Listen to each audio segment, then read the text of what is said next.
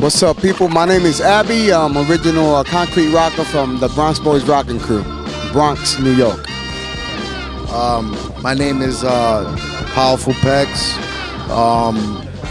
I've been dancing since 1977.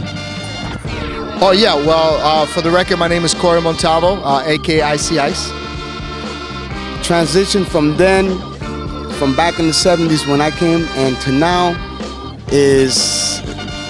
it's like saying space. That'll be Jupiter, and we'll be in the Bronx in the whole. Everything was buildings, black, in the park, concrete, nothing but concrete. Everybody getting cut up, dancing, and it was more family over there then than now. Now it's actually even before it was really strict, like blacks and Latinos. Now we got Asians, we got Germans, we got cats from Poland. I mean, we got Puerto Ricans, blacks, whites, Jews, and it looks like some sort of religion for me that's overcome anything I've seen. I never seen an Arab and a Jewish guy hang out like they hang out here. Never in my life.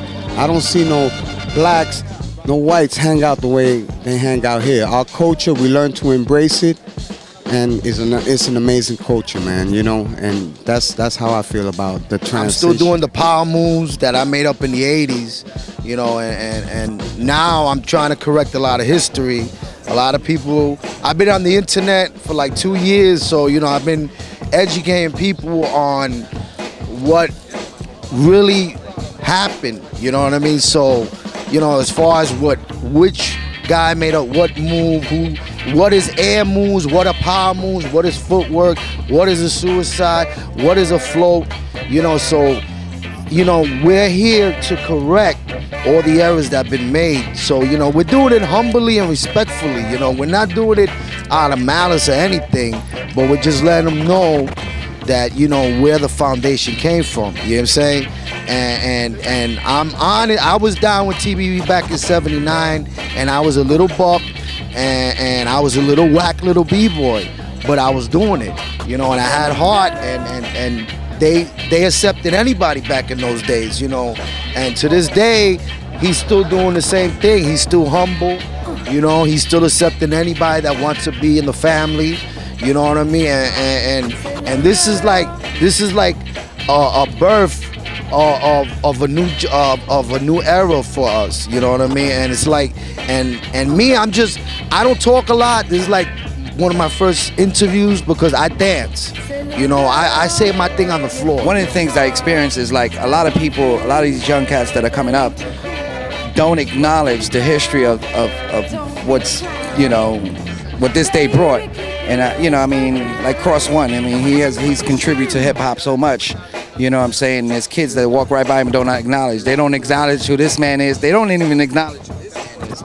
You know, myself and several others. And that's about the dance in general, like how the dance has evolved. The dance evolved, like, I don't know what they're doing now, what kind of drugs they taking. But, I mean, I think they what I could say about that, wow, it's so different. Before it was just top rocking and floor rocking. And now it's like they defy gravity in some way. I've never seen amazing, just the techniques people got and the girls being involved. The girls, I give big ups to the girls. Big up to all, especially the Japanese girls. It's just Momo and them, they just amazing. I don't know, I was just, and it's just a big transition. It's like you take a moth, you take it, you know, when they're in the sack, and when it comes out, it's big, beautiful butterfly.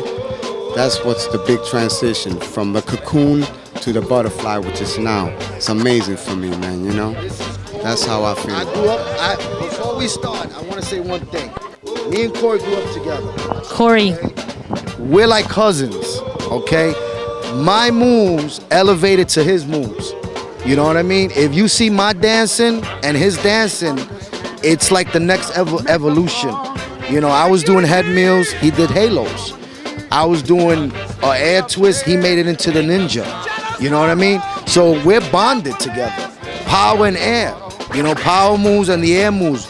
And I give him the respect that he gives me. You know what I mean? And we're like family. So I want to give the mic to him so he could say what he has to say. Because, you know, this is a man that...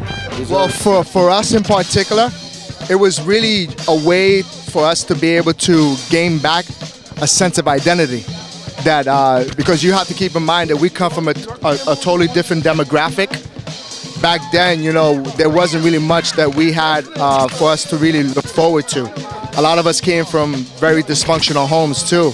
You know, some of us were exposed to things like substance abuse or alcoholism or domestic violence and things of that nature. At the same time too, we had a government that pretty much disenfranchised us as a community as well. So again, we didn't have anything really to identify with. What hip hop did for us essentially was that it gave us a chance to be able to get back a sense of identity within the youth culture, but at the same time, be able to dictate it according to our terms. So in other words, when you had, for example, the graffiti artists, when they went out there and they did what they did, they said, well, we're gonna go ahead and we're gonna bomb this train, but that's how we're gonna do it. And it doesn't make a difference what everybody else says. That was the same thing with the b-boy. The b-boy was able to go out there, he was able to put text and vocabulary into his moves, but he's the one that called the shots at the end of the day. So it's something that essentially became us.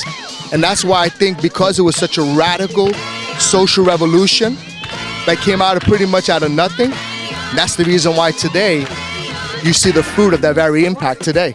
I mean, of course, unbeknownst to us, none of us would have never known that we were gonna have the kind of impact that 25, 30 years for some of us, the culture has had today.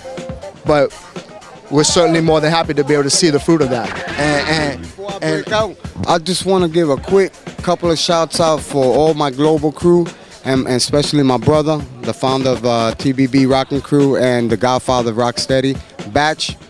One love, and thanks for the opportunity. I give it back to my nigga Peck.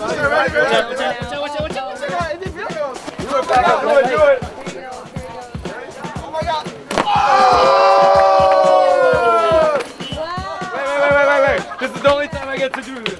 Original suicide front no hand flip to a shoulder track. And here comes the new generation. All right, go ahead. Oh! Yeah! Thank you. See? And then together, we're the present. There we go. Future and Rock, past, baby. put it together. Thank you very much, TBB.